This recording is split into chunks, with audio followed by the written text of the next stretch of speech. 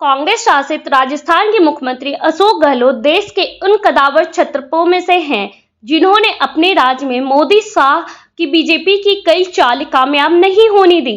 बेहद साधारण बहुमत के साथ राजस्थान में सत्ता में आई कांग्रेस को उन 4 चालों में तमाम तरह के आंतरिक और बाहर चुनौतियों का सामना करना पड़ा, जिससे अशोक गहलोत ने केवल अपने आप को पार लगाया बल्कि विरोधियों को भी उनकी जगह दिखा दी। जादूगर से राजनेता बने कांग्रेस के इस बचे खुचे क्षत्रप का आज यानी बुधवार 3 मई को जन्मदिन है। 3 मई 1951 को जोधपुर में जादूगर लक्ष्मण सिंह के घर जन्मे अशोक गहलोत आज 72 साल के हो गए हैं। चुनावी वर्ष में राजस्थान सीएम अपना जन्मदिन उदयपुर में आदिवासियों के साथ मनाएंगे। कानून में स्नातक और अर्थशास्त्र में मास्टर्स करने वाले गहलोत ने छात्र जीवन में ही अपनी सियासी पारी का आगाज कर दिया था, जिसके बाद उन्होंने कभी पीछे मुड़कर नहीं देखा।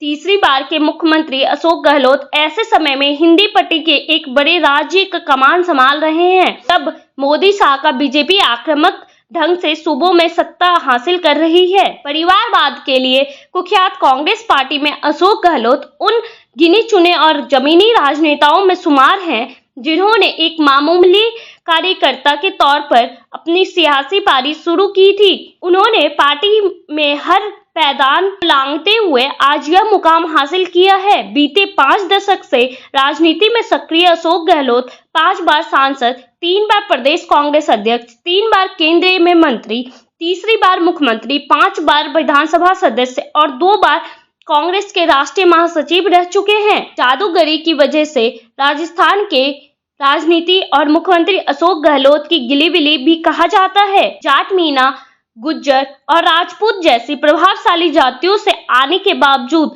गहलोत ने अपने आप को जिस तरह से प्रदेश की राजनीति में स्थापित किया है, वो एक राजनेता के तौर पर एक बड़ी उपलब्धि है।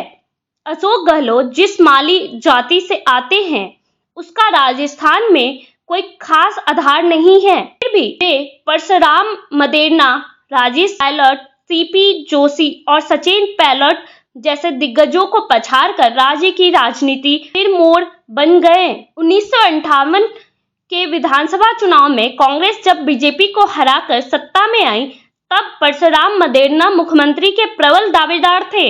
बताया जाता है कि अधिकतर विधायक भी उनके पक्ष में थे।